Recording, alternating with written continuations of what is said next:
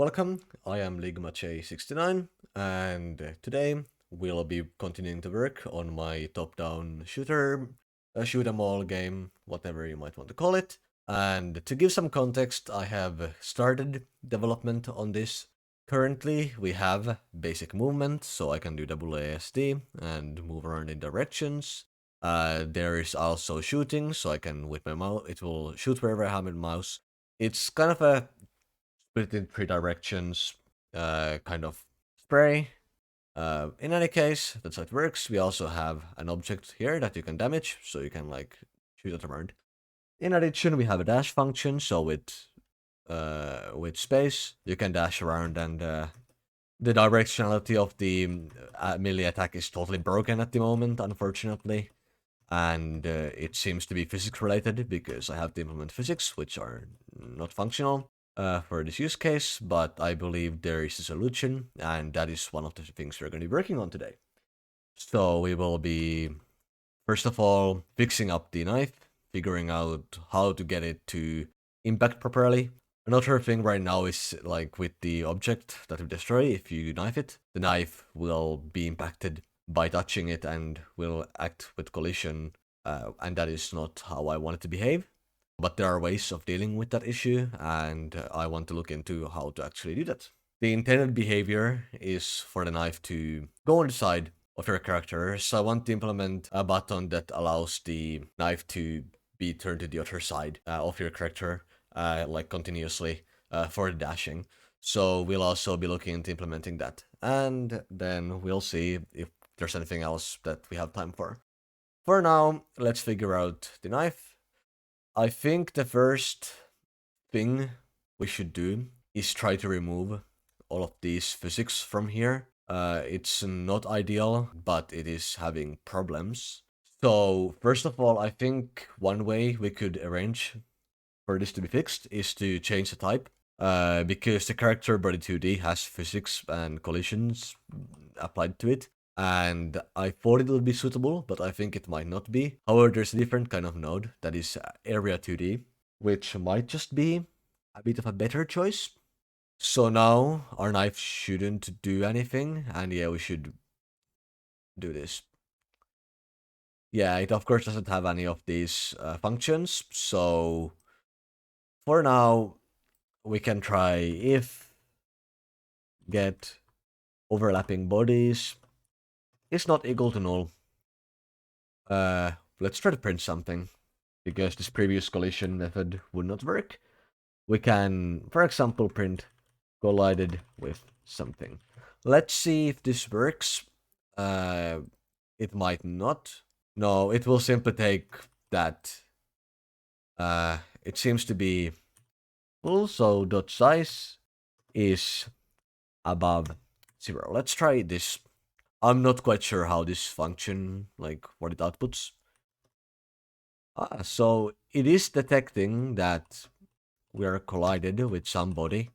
So if we, for example, do this, it will see we have collided with that. I think that is a good step to fix the issue. So let's consider for collision shape. I don't know if we need that for this purpose. Yes, we do. So let's return that. Let's check that it's all shaped correctly, and it is. So for now, we have a somewhat correctly behaving knife that can, and you can see it goes, when I go to the left, it will show up on the bottom, when I go right, it will show up top. So, and if I go up, it will go to the left, when I go down, it will go to the right, and then it will also go accordingly on the diagonals. So, for now, we need to figure out fixing the detection and actually erasing the objects appropriately in accordance with that. So I think we can get rid of this here and save that. For now, this start function also is never used, so we can just get rid of everything in this actually. And we can move down to our process. Or should we move down to, I guess we should move it into our get input function. So for now, it's a bit of a mess. I haven't really optimized it, but we have a code that shows and hides knife, sets collision mask values. I guess we don't need this either. I wonder if we remove this. Let's test something. So let's get this back and let's just comment this out. So now it shouldn't have a collision mask, which should allow us to test, okay, does the collision mask matter for this purpose? Which I think it seems to do. It seems to only work while you're moving into it, which is the behavior we actually want to implement. So that's ideal. Let's comment this back out and let's see. Yeah, it doesn't seem to detect the collision without you having the collision mask enabled properly, which is good for us. So let's continue with figuring this out. So we know that we need this, which is good. It means our existing functions for showing and hiding the knife work properly. So let's just go through the code a bit. So first of all, we don't need this anymore. I was using a different method where I was creating an object of a knife, but it was causing me problems, so I fixed it for now. We have the bullet object, so it's loading the bullet scene, which is in here. It's not really a separate thing up here for some reason, but it's loaded. There is a scene called bullet. Oh yeah, it is here. So this is the bullet. It looks like that, and it's being utilized. And to go back on our character, we are first of all, we are starting gun shot timer. So under character, there is the gun, and the gun has a timer. This is just related to the time between the shots, so you can't shoot too often. We can see it's set to about 0.1 seconds, so when you're shooting, you can have spray shooting, but the bullets, the projectiles don't overlap, and it's extra at the beginning, but they don't overlap throughout the way, and it's not too fast. And after you started that timer, we go into our getting input function. So this is a function we call later in a different function, but first of all, we get our direction. So we have our input set to set in inside project settings. You can in input map, you can set like left, right, up, blah, blah, blah. So I have set it so that you can move it to WASD, and then you can just move it. It will handle the actual directions for you. And the velocity is whatever direction that is times the speed, which we define up here. And if you press in dash, another one of the inputs defined in the project settings, first of all, dash timer will start. So there's timer inside here, that's dash timer. This is 0.1 seconds about. Again, it just defines how long you're in dash for. I probably will change this because it currently causes problems. Or it's not long enough at the moment, but fine-tuning it will be left until later. Then we show the knife, so we make the knife visible because it is hidden by default. And I think we defined that like the knife. Where do we define it being as hidden? I'm not sure, but somewhere we define that a knife is hidden. Perhaps I think it comes in later. Anyway, yeah, if the timer is stopped, then we are hiding the knife. Anyways, we have that, and we also set the collision mask value on layer 2, because there's different layers, and this defines what it can actually collide with, what it can interact with, what it sees. So we're setting the mask for layer 2 to be true, and layer 2 is where we have our static body 2D, which is in this case our test-like enemy, which is just a Godot icon.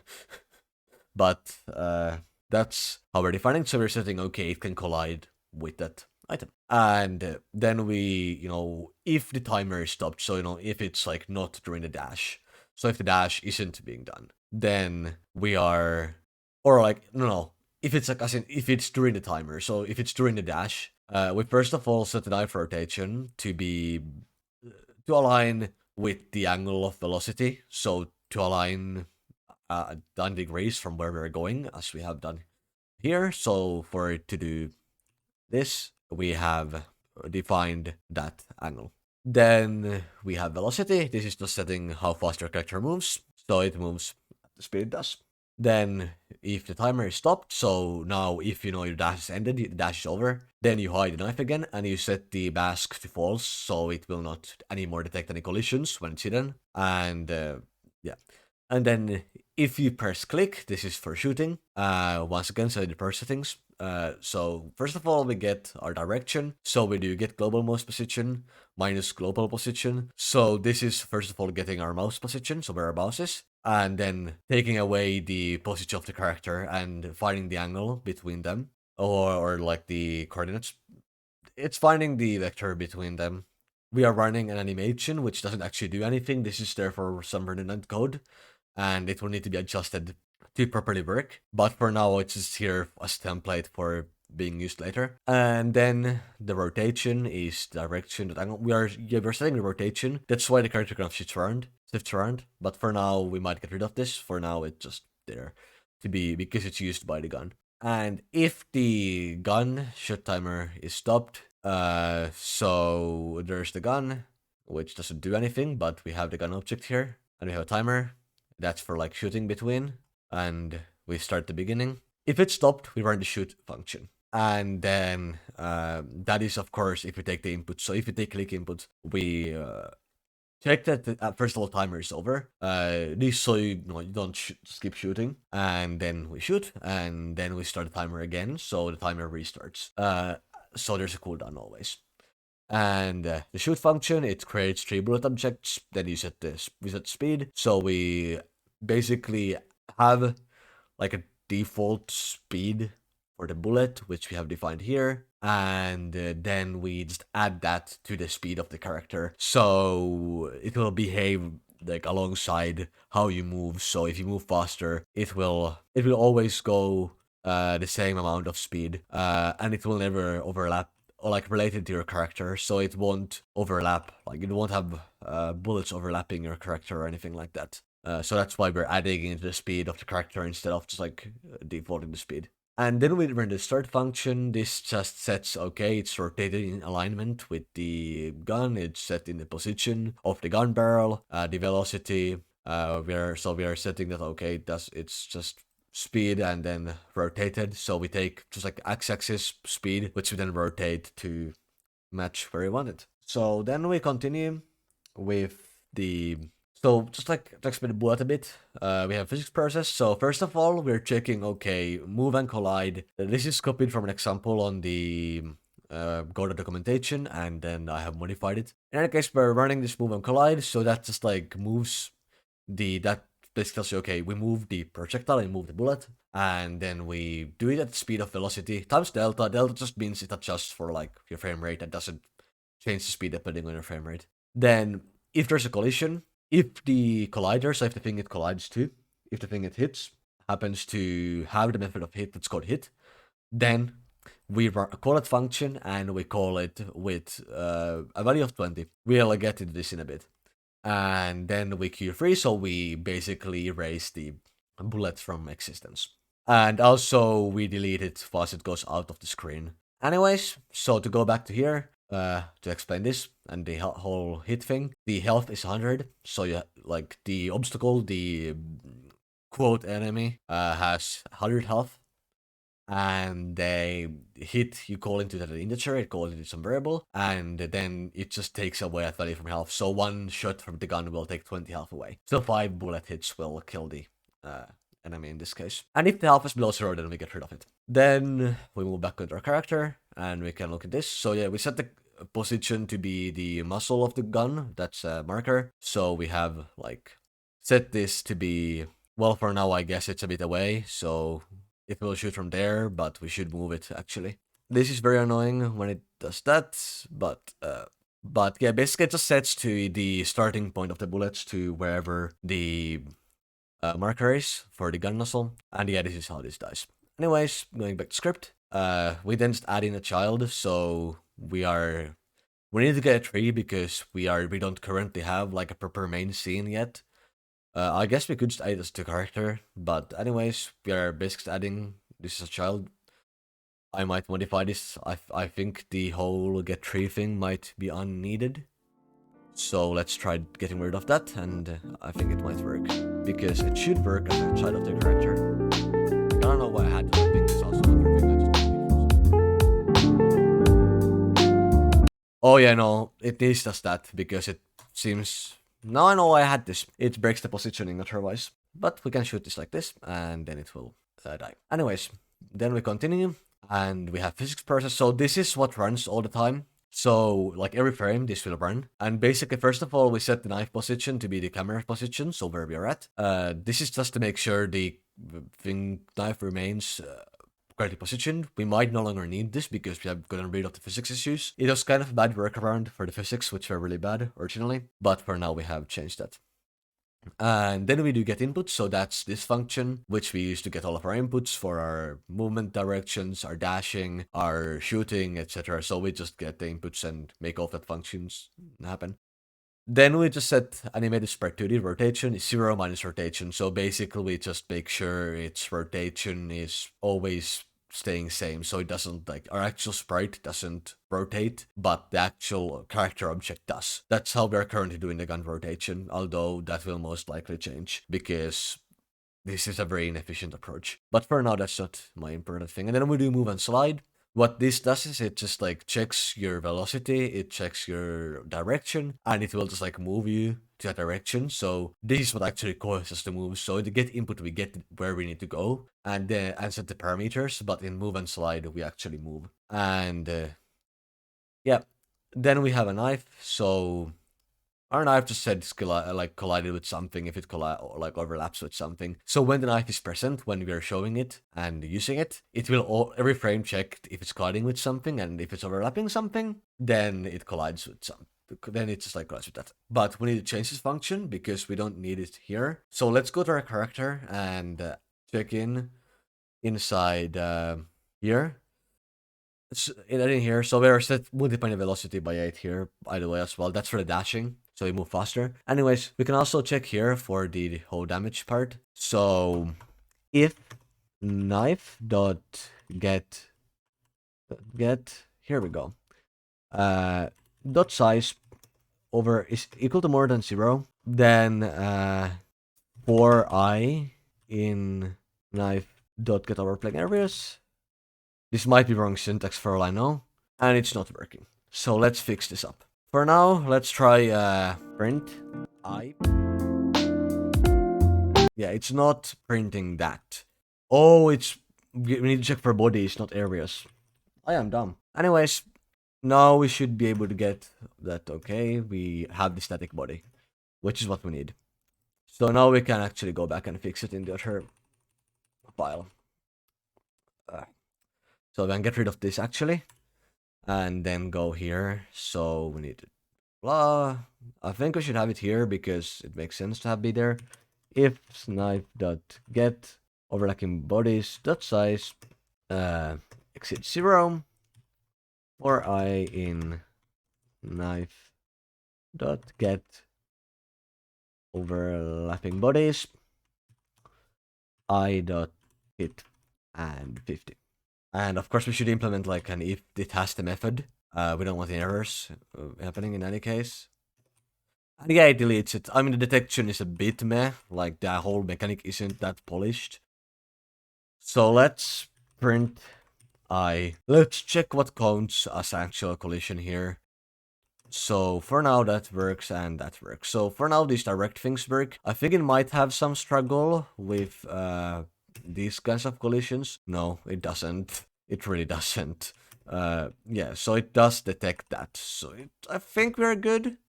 And now we can get it to work properly. Of course, we have some errors here, but we don't need this. Now we should check if I dot has method hit, then we run this. So it should now die from 2 hits still. Yeah, that one doesn't count because it's too low, too high up. Yeah, we need to figure out like the sprite and the whole collision mechanic to actually match up later, but that's a later function. For now, I want to figure out getting the actual thing to function, which it does. For some reason, it seems to sometimes take 2 collisions from it, which is a problem. Whatever the case is, not a huge deal. I'm not going to fight that. For now, let's figure out getting it to turn. I think that's a more priority, because for now, we have actually our first objective, which is getting this to actually work. Somewhat, like it looks itself correctly, it doesn't do any weird stuff with orientation, etc. But for now, it's a problem because we want to rotate it like, we might want to do plus. I think, is pi 180 or is half pi? I think we'll see. No. That's like the opposite direction from before, right? So yeah, we'll want that a condition where we add a pi into it, if we have such a direction. So let's begin by adding in like a variable. So let's say variable turned. We'll say it defaults to a false. Let's add in a new input as well. For now, it can be anything. We can make the UI for it and a bit later once we have more of our controls implemented and stuff like that. So probably not in this episode, but for now, we'll say turn. And then we need to add a key, so we can add in some key for this. I think for now we can just go with like tab. So our tab key will now break that. So get input if input dot is just pressed. This is just like checks okay. Are we checking the key we want? And then we can set this to turn. Then turned equals to true. And then turned equals, no, we can check this to not turned. I think that's the optimal approach here. So we just like toggle this to whatever it currently isn't. And then we can just check here. Where are we checking the rotation of the knife? Here we go. So I think we can just do like if turned knife dot rotation plus equals to pi. So let's try this. So first of all, it should work this way by default. So for now, I'm going to the right, and it points up. So let's click tab, and it goes to the bottom. So it does turn correctly. Does it work with the collisions both ways? So for now, let's check the collision this way. It does work. I should like position myself under this. Yeah, and then we should try to tab it. And we should do the same thing with this. So it does seem like it works properly. That's what we want to do. Let's add in like some sort of a HUD for it so we can check on the changes. So I guess we make a new scene. Let's call this, let's just add in like a node. Oh no, we don't want it to be node. Let's change your type to be canvas, I think it's called. Canvas layer. Then under this, not here. Yeah, then we add in, I think let's go with the label for now. We'll also add in an icon or something later, but for now let's go with it just like a label. And we can call this node like direction indicator. Then we can put in label. We can add in like text1. We should add this into the main scene as well. So we should add in the, oh yeah, we need to actually save this first. And then it should show up. So now we can go into our main scene. We can add this in. So now if we go to 2D, we should check the position of it. Why is this not like, oh yeah, we can't move it here. We have to like move it here. So where is our label even positioned here? So let's just move it to like, why is it just love moving like completely wrong things sometimes?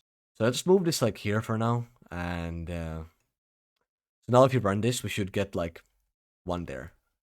For now it doesn't do anything, but it should allow us to function with this. So now we need to actually go back to our scripts. We should make like a main script as well, but I don't have that for now. At this point, I can just make like a from the knife function. So when it's turned, we should let's study the process like every time. So let's just say that, oh no, when we change it, we emit the change. So okay, let's first of all define a signal. So signal, and let's call this turn. Simple, but yeah. And then we just emit turn. Oh yeah, it should be turn dot emit. Here we go. So now it should emit the signal. That's our character should emit signal its turn. So we need to go here and define that. Okay, our main scene. We need to go here and we need to go node, and we can assign this to connect to. Why does it not work with the direction indicator? That's a problem. Why is that not allowing us to connect? I guess we can just like connect it to main. No, we can't even do that. Why does this not like connect to either of any of this? I have no clue. Maybe we can go into main and just like... Oh yeah, there's no script for it, so we need to attach a script. Now I know. So we have set a script for you, now you should be able to connect. Yeah, so now we connect here, and then we just need to say, okay, label dot text equals to turned. Let's say assign turned, and then let's say equals to turned. And then let's go back here and emit turned. So for now it should we have a label. Oh yeah, we need to set this to a string. That's the issue. So for now we have a string, and we should be able to get this to work. So now you can see it's saying true or false. So that should be functional at this point of time. And then we just need to say also at the ready position. So go to our character and let's have it emit this at the beginning as well. So just so that we have it from the get-go, like correctly. So now it's saying false, true, false, true. And yeah, true is actually one that we don't want. So I guess let's emit the opposite of that. So now like it will actually report this will be true and this will be false. Now that's one solution, doesn't really matter, we're going to change that completely. In any case, we are for now done with this part, and we have done, I think, what we have stopped to do. So for now, we have a knife that can damage that, and we can change how it turns. That's what I really want to do, and I think I want to have everything else in the next episode. And I hope you enjoy the video. Do feel free to leave any comments or whatever if you think there's any ideas that you have for how you want me to go with this, and we'll see where we go.